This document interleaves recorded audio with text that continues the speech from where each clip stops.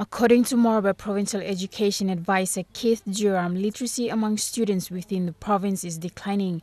Mr. Jiram said this following an unpleasing rate of Morobe students he revealed could not get selected for further studies to secondary schools and higher institutions because of poor literacy. Say grade 8 to grade 9, the percentage isn't pleasing. The grade 10 selection to grade 11, the percentage isn't pleasing. Grade 11 to 12 and 12 to tertiary institutions, it isn't pleasing. So what we think now is we come back to basic.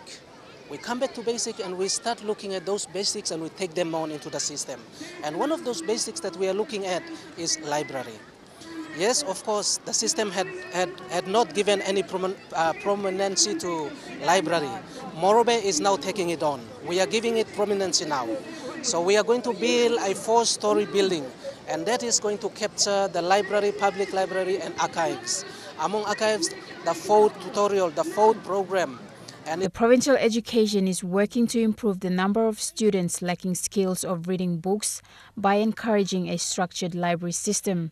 It also has plans in place for the construction of a 4-story building that will house public library and archives for students and the public within Morobe. Today, Director General for National Library and Archives, Kakaito Kasi, announced 148,000 kina worth of reading books was presented for 16 schools to enhance students' learning. Education system, we have the schools, we have classrooms, teachers, and library services is one of the functions that we support the education department to deliver these services to all the children. Like, children must have access to reading books. The call for improved literacy amongst the educated population continues to be a priority for all education officials in the country. However, the challenge has been the level of illiteracy in most of the country's rural areas. Colin Barila, National EMTV News, Leh.